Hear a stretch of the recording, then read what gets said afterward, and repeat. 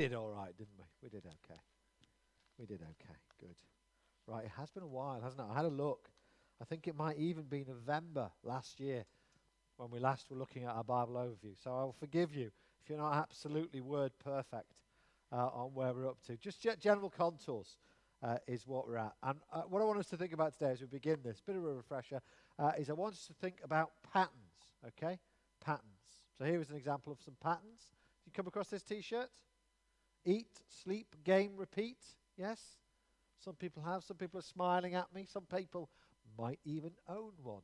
Okay? Okay. Now, I think this T-shirt has become a little bit like those keep calm and carry on mugs. You can keep calm and do anything these days, can't you? And you can eat, sleep, insert, objective here, repeat on any of these T-shirts that you get. But the point is, there are patterns, aren't there? There are patterns in life. We kind of know that. And there are patterns that we like and there are patterns that we dislike. I presume this is a pattern that we like. Eat, sleep, game, repeat. Or some would have it sleep, sleep, game, eat, sleep. Or something similar. There's not quite enough sleep in there, I don't think, for some people's preferences, but you get the kind of idea. Different patterns, different things that keep coming up, things that mean that we know basically what's going on. Some of us, are you back at school yet? Monday. So by the time you get to Friday, you'll be into the pattern of school, won't you? Which is good, isn't it? Excellent for everybody. Everyone's happy with that. But there is a certain pattern about life, isn't there? You go out to work at a certain time, you come back from work at a certain time. You go into a school, you have these things. You don't have that problem you have in the summer holidays of not being sure exactly what to do today. Okay? Patterns are good for us. Repeating patterns, repeating questions. We have had a couple. Now you should get this, because we did this once or twice. Repeating questions. When we've done this Bible overview, we've asked ourselves 2 questions. Can you remember what they are? And he's laughing, so if you don't know, I'm going to him. Okay? He sticks himself up there. Okay? Shall I give you a clue? The first one is, what do we learn about? Yeah, very good. Okay? And the second one is, what do we learn about? Ourselves. Very good. Andy, you got off the hook there. What do we learn about God? What do we learn about ourselves? And that's what we've done as we've gone through the Bible overview so far, haven't we? We've used those questions to kind of help us along and think, okay, where are we up to in the story? What's happening? What is the pattern? What should we be looking out for? And there's one big pattern that we've been following through, really. If you bring the next slide up. One big pattern, which goes all the way back to Genesis 12. The Lord had said to Abraham, leave your country, your people, and your father's household, and go to the land I will show you. I will make you into a great nation, and I will bless you, and all people on earth will be blessed through you. So, in that promise to Abraham, there are 3 things. 3 things. I've given you some clues. There are 3 things that we might want to follow through as we go through our Bible overview that God promises to Abraham, same person. Okay? Someone want to tell me one of them? Can you read off the screen? Which one do you want to go for, Nancy? Don't take too long. The blue ones. Okay, which one of the blue ones do you want? Nation. Okay? Do you remember what the symbol was for that? Badly drawn picture of a person. Yeah? Lots and lots of people. Okay? That's one people. So that's and then the first picture was the first one is nation, is land. A nice picture of a tree, yes, remember that? And then we have nation, and then we have blessing. Blessing is a tick, that's right, it's a tick, okay? All right, we have land, nation, blessing. Now, there's one other picture I'm going to put on here, okay, to represent the fact that when that promise was made to Abraham, it was a long way off. Abraham, if you remember, had no descendants. He had no children at all. He was hardly a nation, and he was in a land that he did not own. He was a sojourner. That is, he wandered around that land. He never really owned any land. And so God needed to do something. God needed to intervene. And so I thought we'd bring a 4th picture in here, which is this one. Right, first we have to identify what that actually is. Yes? It's a rescue thingy, okay? It's one of those rescue thingies that you might see at the seaside. Life buoy, is that the technical term for it? Life belt. Big rescue thingy. We'll go with that. Rescue thingy. Okay? And in our Bible, we've used that as our symbol for rescue, for the way that God provides for his people. So we kind of know right from the start of the story that these things are promised, but God is going to have to do something to get us there. Okay? And as we walk through Genesis and Exodus and Numbers and Leviticus and Deuteronomy and got all the way to Joshua, we saw some of those promises being fulfilled, but we saw some of them waiting. Okay? So we saw lots of people by the time we got to Exodus. Lots of descendants. That was fulfilled. We've seen times of blessing and times of not so much blessing. But what we haven't had is we've had the nation, we've had some blessing. What we haven't had is the land. So that's where we get to in Joshua. Right at the end of Joshua, we're reminded that now we do have a land. So I gave you a land on which you did not toil, and cities you did not build, and you live in them, and eat from vineyards and olive groves that you did not plant. Fantastic. Here we are at the end of Joshua. That final promise that God made to his people has been fulfilled. They are in the land. They are fruitful and have multiplied. And they are blessed by God. They are given, that's that blessing described in Joshua 14. We could go on another verse, can't we, I think? God has kept his promise to give his people a land.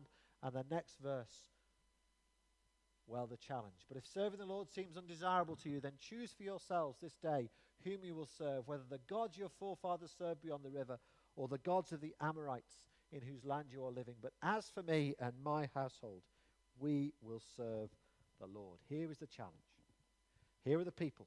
They are in the land that God has promised. They have been blessed by God. They've been placed there by God. They are a numerous people. They are a nation, Israel.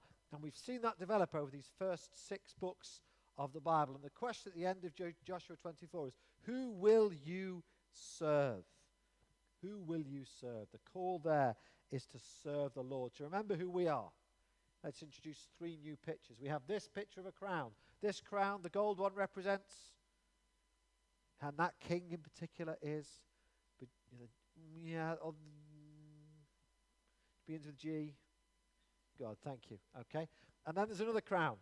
That crown is not platinum but silver. And who's that crown represent? No, not Jesus. Go on louder. Us. Yes, it's us, because we're supposed to. Oh, I think the problem was doing the actions for the song. It put my microphone right. Let's see if I can readjust myself slightly so I'm not about to strangle myself. Let's try that, okay? We are called to serve under God, aren't we? We are to be vice regents. That's our role, okay? Our role in God's plan is for us to be stewards of creation. So we have a crown as human beings. We are to go forth and multiply and subdue the earth.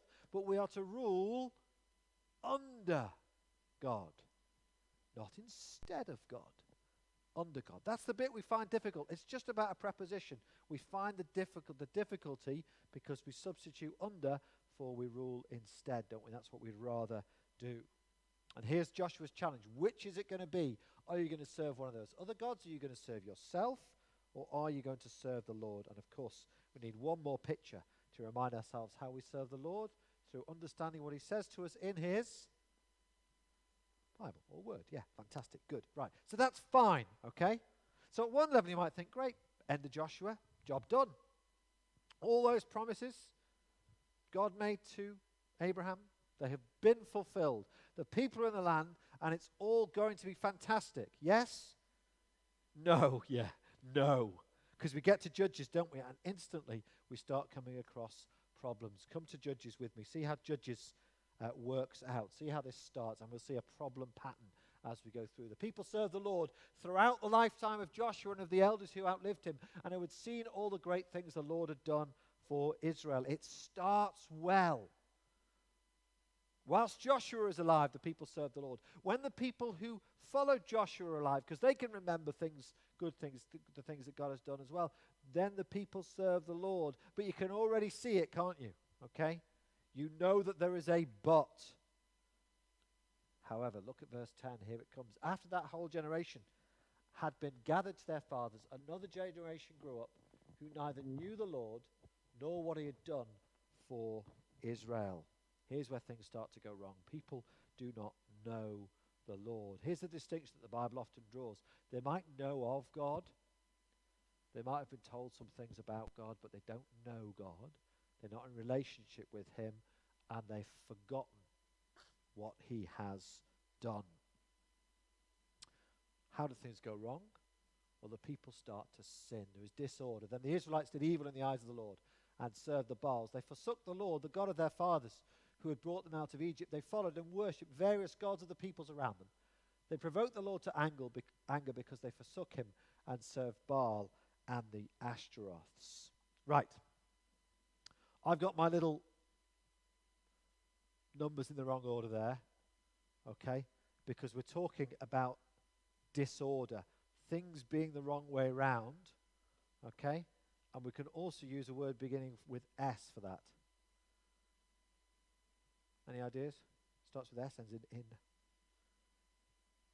Starts with S, ends in in. There's nothing in the middle. Sin? Sin, yeah, okay, sin, very good. It's not, honestly, when I ask questions, they're generally not as hard as you're making them. They're simple, okay? Sin, okay? There should be a picture coming up there, hopefully. Yeah, one more. There we go, sin. The problem of sin. Now, I think this is worth saying at this point. When we start thinking about and talking in the Old Testament about Baals and Ashtaroths and all those other things and idolatry, it can feel very distinct and different and far away from us. As if this is something that people in the past had a problem with, and we don't have that kind of problem now because we don't worship Baals and Ashtaroths, and we don't dance around poles, and we don't do all those funny things that people used to do in the olden days involving idols made of stone or wood, and that is largely true. However, what is idolatry at heart? Idolatry at heart is following and trusting in anything or anyone other than God. Whatever it is. The idols we come across in the Old Testament tend to be made of stone and wood. Our idols might be different things. We've talked about them before, haven't we? We've talked about money, sex, power, wealth. We've talked about education. We've talked about family. We've talked about all kinds of good things that can be made into God things. The basic problem is trusting in anything other than God for salvation, putting our hopes anywhere else. And so this is a very, very familiar pattern through the Old Testament, and it's a warning to us. What is it that the people do wrong? The fundamental thing they do wrong is they turn away from God and they start trusting in other things for salvation. And that is a pattern that we'll see repeats through the book of Judges, but also it's a pattern that repeats through human history. So, they sin. What happens next? In his anger against Israel, the Lord handed them over to raiders who plundered them. He sold them to their enemies all around, whom they were no longer able to resist. What happens here? God stops saving his people. What would you call that, do you think? Let's guess what's in James's head, okay? What is the word that James has written on the PowerPoint, do you think, to express that? Long word. Sounds a little bit like the book of Judges. Go on. Judgment. Thank you. Judgment. Very good. We got there together. Good job you're here, Nancy. Judgment. Sin to judgment. God judges his people. Here it's talked about handing over to his enemies. That's the one way of describing them. Describing it. But as we go through the book of Judges, by God's grace, that judgment only lasts for a time, because we read this. Then the Lord raised up judges who saved them out of the hand of their enemies. Sin, judgment. Now, you know what this symbol is. We've done this. Rescue, salvation. Fantastic. Sin, judgment, salvation. Now, what's interesting here is that sometimes, as we go through the book of Judges, we read about the people crying out for help, and God rescues them. He responds. But sometimes, they can't even be bothered to cry out for help. And yet God is still a God who graciously saves his people. So, the people sin, they're judged, they are saved. I think there should hopefully be another box. Fantastic. And then, it's okay. Let's look on. Next verse. Whenever the Lord raised up a judge for them, he was with that judge, and saved them out of the hands of their enemies as long as that judge lived. For the Lord had compassion on them as they groaned under those who oppressed them and afflicted them. So here we have the final picture that we need, don't we? Okay? We've had sin, we've had judgment, we've had salvation, and we come to blessing, or in this case, rest. That promise of rest that we've picked up again. Rest. Fantastic. That's good, isn't it? Is that all right? It would be. It would be. But it's not the end of the story, is it? You can also tell us, whenever the Lord raised up a judge, he was with that judge. Verse 19. But when the judge died, the people returned to ways even more corrupt than those of their fathers, following other gods and serving and worshipping them. They refused to give up their evil practices and their stubborn ways. Therefore, the Lord was very angry with them. Just keeping going here. And said, because this nation has violated the covenant that I laid down for their forefathers and has not listened to me, I will no longer drive out before them any of the nations Joshua left when he died. I will use them to test Israel and see whether they will keep the way of the Lord and walk in it as their forefathers did. Here is the problem pattern completed. Okay? Sin leads to judgment. God saves, he brings rest, yet the people don't learn. The people don't learn. They sin again. And as we'd see if we read through the book of Judges, the cycle continues. And actually, as we see through Judges, gets worse and worse. So that's the pattern. That's the problem pattern that we read in the book of Judges. So what we need to think about now is, what does that mean for us? And our two questions are, what does that teach us about? And what does that teach us about? I changed it to make it more difficult for you. Let's have a look. What do we learn about God? Well, two things. Okay, these are all beginning with P today, so you can see by the last one it's going to be a bit of a stretch. Okay, what do we learn about God? Let's have our picture for God up. What do we learn about God? We learn about God's patience, don't we? Because God keeps rescuing his people. Here is one of the amazing things that the book of Judges teaches us, and actually the scriptures as a whole, is God's continuing patience with his people. He keeps rescuing them. He keeps displaying his grace and his mercy. He is patient with them. He brings them back to himself. Even those things which are bad for the people, like the continued presence of the nations, he turns to good for the sake of the people, that they might serve him. So we see God's patience, and we also see, I think we've got a couple of pictures here, we also see his provision. God provides, doesn't he? God provides judges. God provides for his people. If you read the book of Judges, it can be a bit of a depressing book at times, to be honest, because that pattern, you kind of know by chapter 2 how it's going to go. And yet, as we read it, we continue to read of God's provision for his people. God shows his character to us, and that he is the one who keeps providing. So what do we learn? Two things for us to take away that we need to do today. The first one is this. What do we learn about ourselves? I might just skip on a couple of pictures. Okay? The first is perseverance. Okay? Think about what the people failed to do. They failed to remember. They failed to pass on knowledge. They failed to keep trusting God. They turned to the idols because it was easier. So one of the things that this book is teaching us, one of the things that we're learning here, is the need to persevere. It is not always easy to follow God. It is not always easy to be a follower of Jesus Christ, is it? It is not always straightforward. There will be times of testing. There will be times when it is hard. And so we need to be ready to persevere. If we think it's going to be easy, we're setting ourselves up for a fall, aren't we? We're setting ourselves up for a fall. But we need to persevere, and we need to remember God's promises. Okay? Think about the continued failure of the judges. Whichever one it is, whether it's the best of them or the worst of them, whether it's Gideon or Ehud or Othniel or Jephthah or Samson, who spends his time not really bothering to be a judge. Whichever one of them it is, at the end of the day, none of them is able to take us out of the cycle of sin and rebellion. And so the book of Judges is pointing us also to to look forward to the one who can take us out of that, the one who does take us out of that by dying in our place, the one who deals with the problem of sin that no one else can deal with throughout the whole Old Testament. This is why we need Jesus Christ, isn't it? The one who comes and fulfills God's promises for us, the one who finally rescues us. So it might be a bit of a depressing pattern that might need to give us a bit of a warning about the need to persevere, but it also reminds us about God's character, about the one who keeps his promises, and about the promise that is kept to us in Jesus Christ.